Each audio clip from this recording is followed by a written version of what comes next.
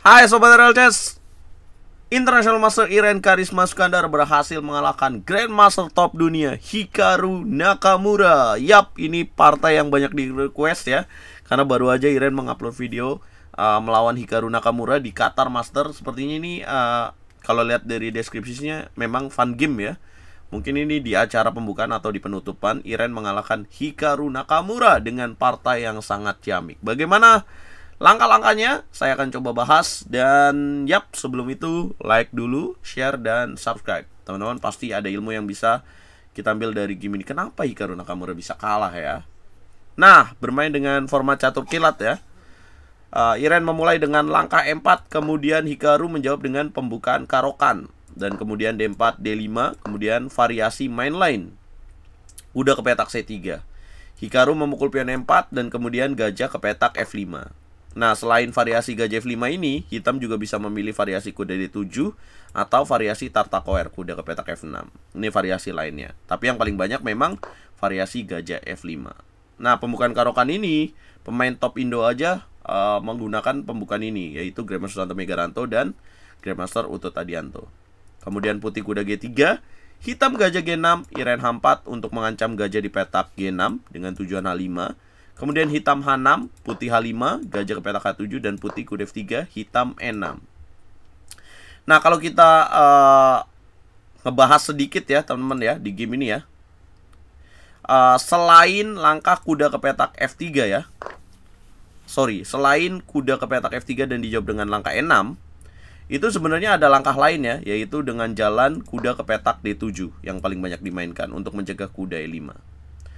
Nah, hitam menjawab dengan langkah E6, kemudian putih gajah D3, terjadi pertukaran gajah. Memang biasanya dalam variasi ini putih menukar gajah terangnya. Kenapa? Supaya kekuatan dari gajah hitam ini nggak ada lagi gitu. Buah yang paling bahaya tuh gajah tadi tuh, gajah di petak H7 ini, karena diagonalnya menyorot sampai ke petak C2. Makan dan kemudian skak menteri ke petak K5. Ya, sebenarnya menteri C7 ya yang mungkin lebih better, tapi ada juga sih menteri A5, dan kalian akan lihat bedanya ya. Setelah menteri A5, kemudian putih gajah D2, gajah B4, C3, kemudian gajah ke petak E7. Nah, ini buat yang tanya, langkah tanda tanya itu langkah yang salah ya, dianggap salah.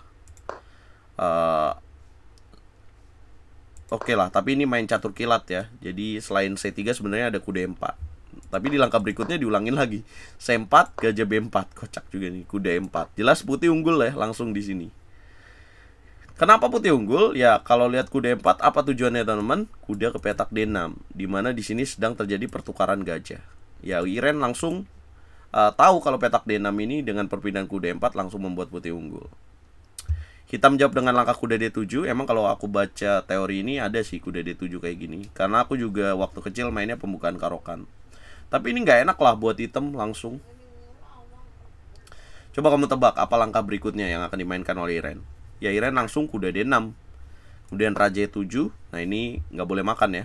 Kalau makan kudanya bisa nggak bisa balik nih. Jadi bisa terperangkap. Menteri ke petak B6 ya, mungkin bisa balik lagi ya dengan menteri B3, tapi riskan lah. Dan Iren nggak mau ngambil itu ya. Nah, ini kita hidupin evolution bar ya. Nah, lihat udah unggul tinggi ya buat putihnya. Kemudian putih mainkan langkah C5, menjaga kuda. Jadi hitam udah nggak rokade, putih punya posisi kuda yang enak. Hitam lanjutkan dengan benteng B8. Kemudian putih lanjutkan dengan rokade pendek. Pertukaran gajah dilakukan. Kemudian hitam kuda G ke petak F6. Putih kuda D2 ke petak C4. Hitam menteri C7. Dan langkah berikutnya, langkah yang sangat bagus ya setelah benteng E1. Lihat bergerak semua perwira putih. Kemudian hitam B5 dan Iren mainkan langkah menteri G3. Ini walaupun tanda tanya sama tanda seru ya, meragukan, tapi sebenarnya langkahnya bagus banget di menteri G3. Aku suka sih. Tujuannya adalah apabila Hikaru terpancing makan kuda, maka Iren akan jawab dengan jalan menteri G7. Kalau kuda F5 sih nggak dapat menteri, dia akan raja D8. Dia akan menteri G7, kemudian benteng H ke petak F8, maka putih ada jalan boom, benteng E6. Kalau raja E6, maka putih akan lanjutkan dengan benteng E1. Kalau raja D5, putih akan lanjutkan dengan menteri H6. Kocar kacir rajanya. Ya let's say dia raja D4, maka menteri E3 skak, raja ke petak D5 dan boom, benteng D1 skakmat. Oke, mungkin setelah benteng E6 ada jalan lain bang. Raja mundur ke petak D8, ya bisa aja. Tapi akan ada jalan benteng F6. Ya, kocar kacir. Ya, setelah menteri G3, Hikaru Nakamura jelas gak mau ngambil komplikasi ya dengan makan kuda. Ya dia jalan Raja F8 lah. Nah, kalau lihat di game ini udah 21 langkah. Kelihatan banget kan kalau hitam cuman ya... Ini sih kalau aku bilang one way traffic ya. Bahasanya pecatur tuh seperti itu. Kenapa? Karena ya putih yang menyerang terus nih, sementara hitam cuman bertahan doang. Raja F8, kemudian putih kuda naik ke petak E5. Betul banget, bagus banget. Kemudian terjadi pertukaran kuda, makan dengan benteng. Ya, mungkin makan dengan pion lebih menarik ya di sini dianggapnya oleh Stockfish, karena ya kalau makan dengan pion, let's say dia kuda ke petak K5, kemudian menteri H4 dan ada F4 gitu ya. Ya tapi makan dengan benteng kalau experience game bagus juga lah, benteng E5. Kemudian hitam benteng D8. Iklan dulu. Coba tebak langkah berikutnya dari putih guys.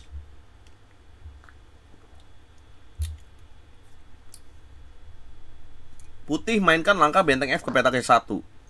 Dan kemudian aku kecewa juga sih waktu Hikaru mainin langkah kuda E8. Ini blunder fatal sebenarnya kuda E8 ini. Coba deh teman-teman tebak. Setelah langkah kuda E8, Iren kan main langkah kuda F5 ya.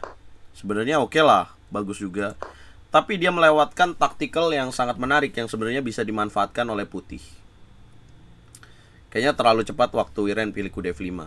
Nah, di sini ada langkah menarik, taktikal yang bisa membuat game ini brilliant. Pasti dia bakal what? Matanya sampai mau keluar mungkin Hikaru Nakamura kalau Iren menemukan langkah ini. Yap, ada langkah brilliant. Take Knight, kuda makan kuda. Kemudian apabila benteng pukul kuda dan boom, benteng E6, ada ancaman menteri. Kemudian apabila menteri makan menteri ada boom, skakmat. Kalau menteri nggak mau makan, let's say benteng makan benteng. Kemudian putih menteri C7, benteng pukul benteng. Kemudian raja 2, oke, hitam punya 2 benteng. Tapi menteri di sini jelas lebih aktif ya. 2 bentengnya dengan posisi kayak gini kocar kacir lah. Tinggal makan C6, kemudian raja H7, tinggal menteri D7 dan pion 2 pion. 2 pion ini akan jadi kemenangan buat putih. Dia kemana lagi? Let's say dia mundur, ya habis semua pionnya. Nah, setelah kuda makan kuda, apa jawaban dari hitam? Ya dia makan pakai raja, ya kalah. Benteng makan benteng, boom, skak. Dan mendapatkan menteri di petak C7. Ya, jadi setelah kuda makan kuda, gak ada jawaban lagi ya. Kalau benteng makan benteng, ya benteng makan E6, menteri ke sini ya kalah lah. Dia makan bisa menteri D6 dulu. Kalau dimakan skakmat. Inilah kalkulasi yang di skip ya oleh putih ya, oleh Iren. Nah, aku juga kaget sih dia main kuda F5. Kemudian menteri ke petak D7 dan kuda E3. Karena biasanya kalau taktikal memang kita mesti ngeliat dulu tuh kalau ada momen terjadi pertukaran. Kemudian kuda F6, putih kuda C2 dan benteng G8. Ya, ini ide kreatif dari Iren dengan menteri F3. Dan kemudian A5, A3, ya hitam nggak bisa ngapa-ngapain. Dan Iren kuda E3 kembali. Kalau dia ngambil pion D4, ada kuda F5, skakster, tipuan biasa ya. Kemudian G6, langkah blunder, makan, kuda F5, masuk lagi kuda D6, hitam raja G7. Kemudian putih menteri A3, aduh, cuman gitu-gitu doang hitamnya ya. Benteng ke petak A8, Iren benteng naik E3, hitam kuda G4, kemudian benteng F3 dikasih lagi benteng. Tapi lagi-lagi Hikaru ciut ya. Biasanya dia berani kalau kalkulasi dia berani. Tapi ini dia nggak berani makan benteng, malah pilih langkah F5. Ini kan kalau dia lagi online kayaknya berani banget makan E5. Sebenarnya kalau makan E5 fine-fine aja sih buat hitamnya. Dengan benteng F8 kayak gini, putih juga masih susah nyongkel pertahanannya hitam. Tapi kayaknya ya mungkin ya takut juga F5 dimainin. Kemudian putih mundur, bentengnya 1, H5, kemudian menteri A4. Dan aku suka langkah dari putih di mana Iren berani melakukan kalkulasi kuda F5.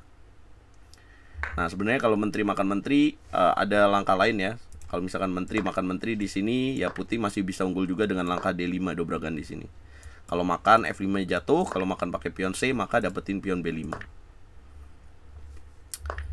Ya, tapi ini menarik juga di momen catur kilat ya. Iren berani dengan kuda F5, kemudian makan dan benteng E7, raja ke petak E8, dan kemudian benteng F5, kemudian benteng H7, blunder Dewa Kipas dilakukan. Coba deh benteng H7, coba yang elo di bawah 2000 bisa tebak nggak? Apa langkah terbaik buat putih? Ya ini kan jelas ya, kalau bentengnya nggak ada di sini, menterinya hilang. Kenapa dia mainin benteng H7 coba? Boom, benteng G7 dikasih dan boom, menteri hilang. Kemudian raja 7, boom, benteng L8 ancaman skakmat. Benteng E6 coba ambil skakmat, tidak dulu Ferguson skak. Raja G6, G3 ambil nafas karena ada ancaman skakmat. Masih dilanjutin, benteng E1 raja G2, benteng E2 sikat menteri D6, kuda ke petak F6 sikat, benteng F8, benteng F7 sikat, sikat. Menteri C6, benteng B2, kemudian menteri B7 skak, raja E6, dorong menteri B6, raja ke petak F5, C6, Hikaru memiliki harapan dengan benteng C2, menteri B5, raja E6, menteri E5 skak, raja F7, dorong D5 dan boom. Kau pikir kok keren? Dan raja F2 menyerah. Ya masa Hikaru baru sadar pionnya ini jadi. Udah G4, makan dan C7. Aduh. Ya, tapi itulah yang terjadi. Ini permainan ya, demo ya pertunjukan dari pembukaan Karokan dengan variasi main lane yang sangat menarik dari putih. Dan ya no chance for Hikaru Nakamura setelah kuda D6. Saya rasa game udah selesai lah. Putih langsung memiliki kekuatan pada petak D6. Dan ya ada beberapa taktikal yang terlewat. Saya menyadari itu manusiawi. Dan ya kalau kita main catur kilat ya nggak bisa berpikir panjang ya, tapi itulah mungkin harusnya terlihat ya langkah kuda 8. Dan ya apa komentar Anda teman-teman? Ya ini menunjukkan bahwa pecatur Indonesia pun bisa mengalahkan pecatur top dunia ya, tapi itu kan fun game ya. Tapi apapun itu ya, itu menunjukkan ya Iren 2 kali juara Asia. Makanya jangan lupa dukung terus dunia pecatur Indonesia dengan cara support terus atlet catur Indonesia, dan bantu video ini berkembang dengan cara like, share, komen, dan subscribe. Ayam gak sih mainnya? Kayaknya masih mendingan Gotham lawannya.